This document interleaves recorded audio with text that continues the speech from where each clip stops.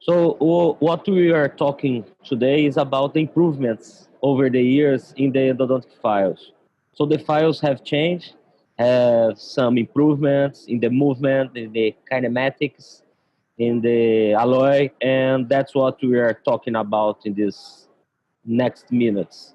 So the biggest advance, or one of the biggest advance that we had in endodontics was the NiTi alloy. So the nickel titanium alloy was a real improvement in our field, and the manufacturers could and can now produce files with a lot of flexibility and improvement of it.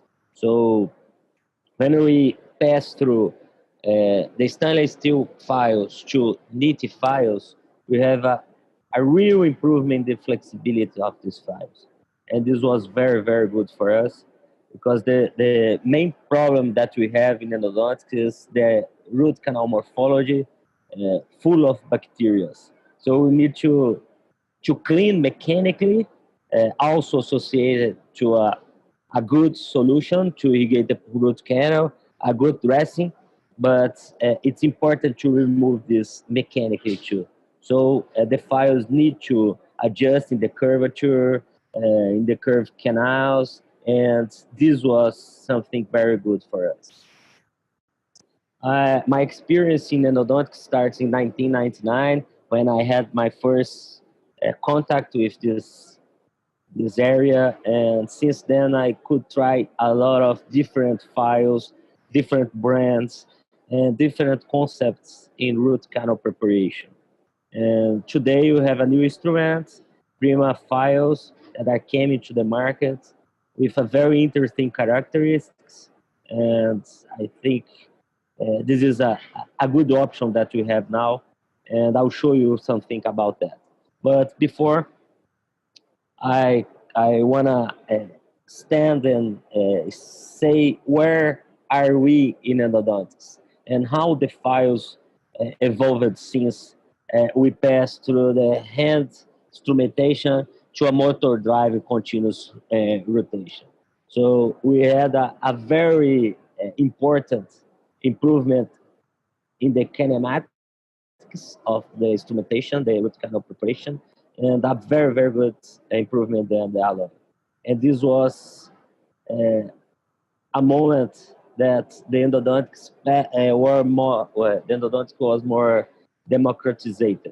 So now our students from the first years and the first contact with endodontics are capable to perform good root canal preparations because we have a much better product in our hands with motor driving file, which is very, very good for everyone, the specialists, the general practice, and even the academic students. But the biggest problem when this uh, kind of movement came to the market, these files came to the market with this increase of facility was the fracture.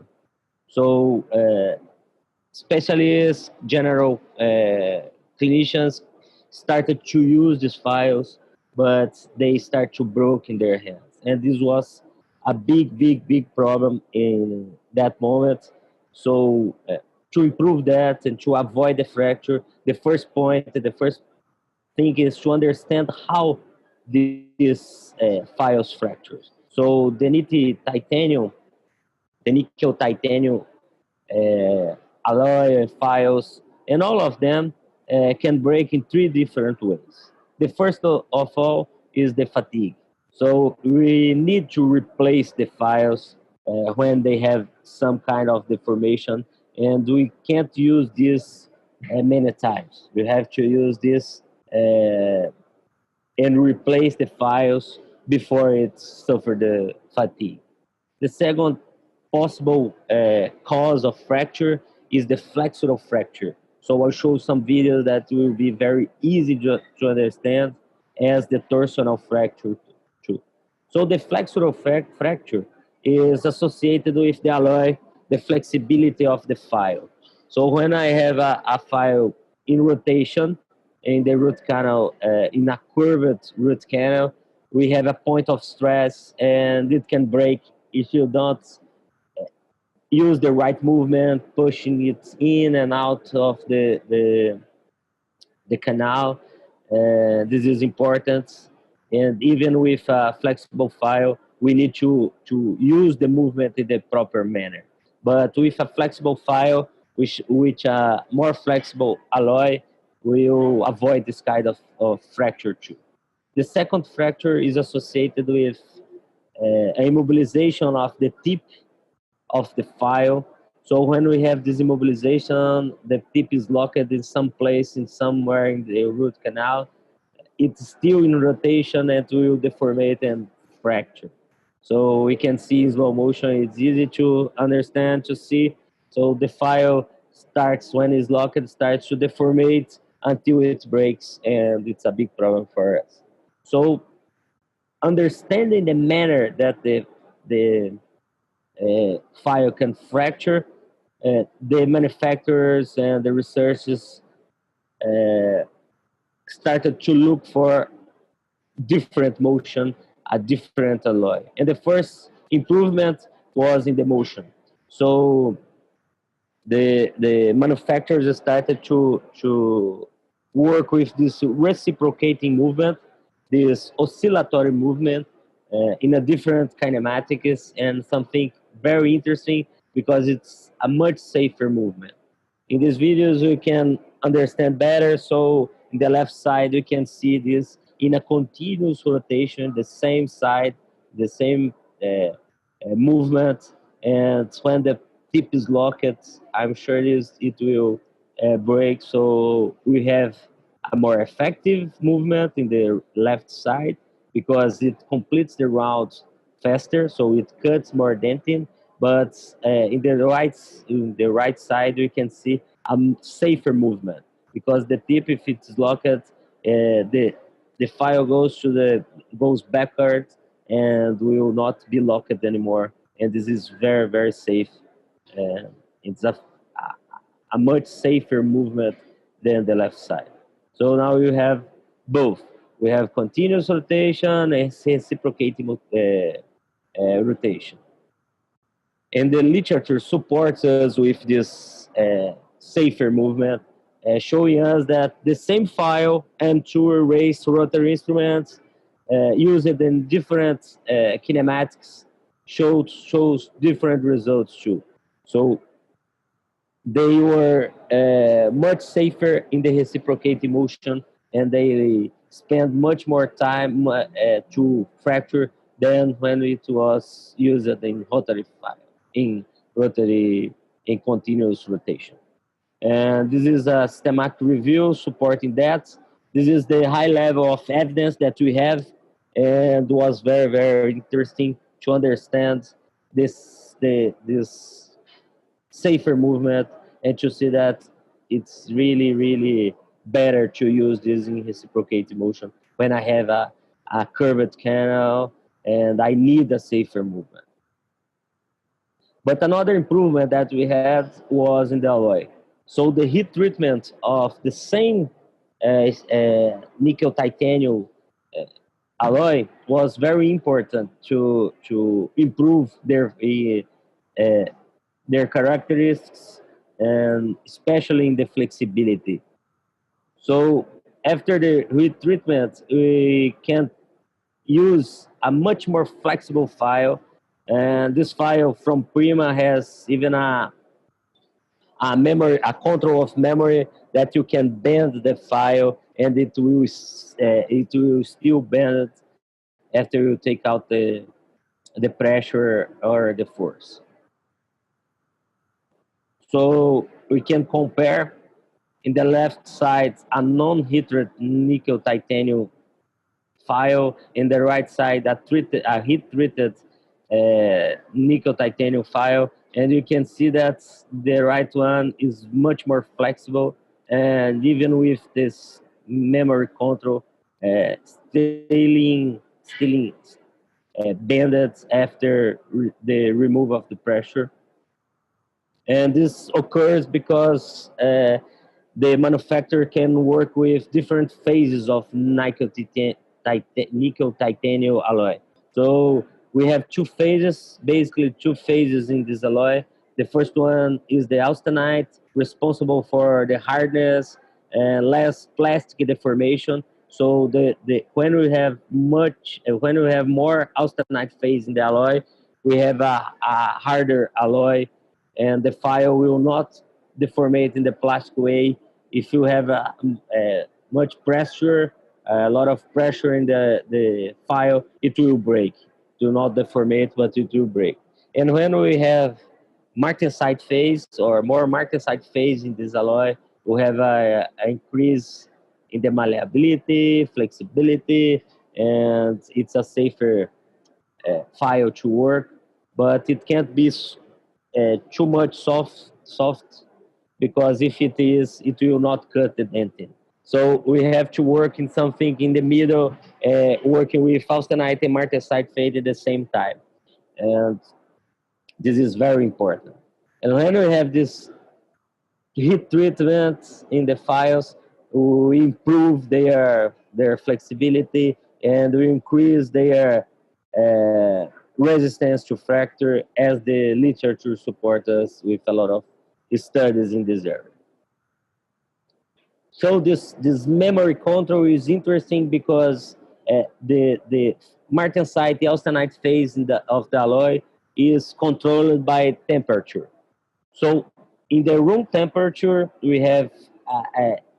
and we have some of the martensite phase and some of the austenite phase of the alloy. And when we heat the alloy, we increase the austenite quantity in the same file, and we will remember the original form, and we will go back to straight to to its original form. So it's very interesting. As you can see this video, when you put heat in the file, it will return to original form, remembering uh, how is the file in the first moment. Even with a lot of deformations, as we can see, not just bending the file, but a deformation all over it. So when we put heat, it will remember original form, and we will return to it. It's very, very nice, very interesting to understand. In slow motion, we can see this returning for original form. It's it's comprehensive video to see that in slow motion, going back, even with big deformations. But when we put heat in the file and it is not coming back to original form, uh, we have a permanent deformation, and the file has to be replaced. So as I told you, it's a game with temperature. So here we are deformating the file, a lot of deformation in this file. We can put some cold air, and it will be very, very soft, because we increase the martensite phase. And when we hit it again, it will increase the austenite phase of the alloy, and we will return to original form, to memory.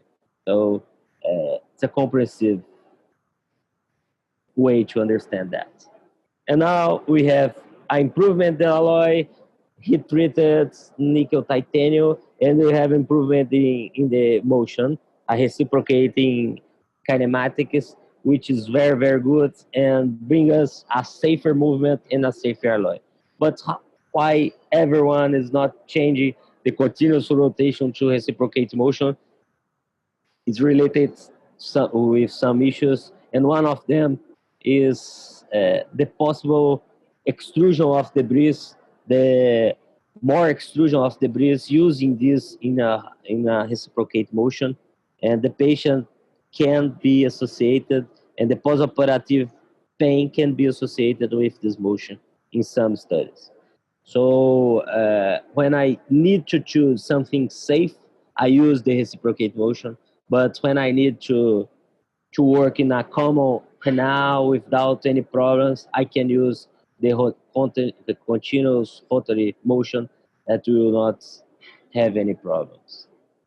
So the continuous kinematics came back with these heat-treated files because we need to choose uh, which we want to work with uh, in the clinical point of view. And it's exactly in this moment that Prima Files launch, the Prima launched their files with a continuous movement or reciprocating movement, giving us two important and nice, good options to work with files. So I'm conducting some research in our university. These are primary results, and here you can see in a microscope view an electron scanning electron microscope view the design of the file. So it's a triangular, a convex triangular design with an active tip and a very well and very designed file to cut and to remove all the debris from the root canal. So Prima has two options. The first one, this one is the continuous tape. The Prima taper gold is to use in a rotary continuous movement, and the Prima one gold in the reciprocating motion, which I'll show you the characteristics of this file. For this kit, we have four possibilities. Uh, the files are called small, primary, medium, and large file. We have different characteristics in the tip and the taper of the file. So the first one, the small one, is used in very narrow or tiny canals. So usually we will start with the primary one, not the small one. But when we need some file or a file with different characteristics for narrow canals, we can use this small one. So it's a 0.20 file with a conicity, a taper in the body of the file. So it gives a cervical and the middle of the canal preparation can perform very well. So you can see here all the root files, all the endodontic files must have their space to go. So you start with hand files, scouting the root canal, and create the space for the subsequent files, always with a solution inside the canal. So it's important. And here we can see the performance of the file, cutting in the cervical and in the middle third of the canal. It's important to understand that it's a tiny tip, so it will not clean a lot, but will open space in narrow canals. The second one, the most used one, is the primary. It's a 0.25 file with an increased taper in the middle of the file too. So it's a good file to start treatments for almost all canals. So here we can see the performance inside this plastic block. So it's cutting the resin in the middle of the canal and especially in the tip of the canal. So it's a good file to start almost all the treatments. So you can see that it cuts a lot, and you need the irrigations to remove all these debris uh, that are inside the canal. So you have to wash a lot, to remove this debris and to pass to another file. And usually we will go until the medium or the large one, depending of the characteristics, the morphology of the root canal. So the medium one is a 0.35 file. It has less increase of the taper, so it's a file to increase the diameter of the apical size, the apical area of the canal to clean better that area, and a very interesting file to finish to end the root canal preparations in mesial roots of mandibular molars, buccal roots of maxillary molars, and it's a very, very, very interesting file to use. So, as I told you, it will not cut so much in the middle or in the cervical third, but will increase the diameter of the tip, and this is very interesting for a final root canal preparation in some teeth that we have a curved canal. Last one is the large Prima 1 Gold. It's a 0.45 in the tip with a small increase in the taper. So it's a finishing file to increase the diameter of the apical size, the apical area in canals that we can cut a little more and clean a little more. And as you can see, sometimes the file will be will have a deformation, and in this case a plastic deformation, because when we hit the file, it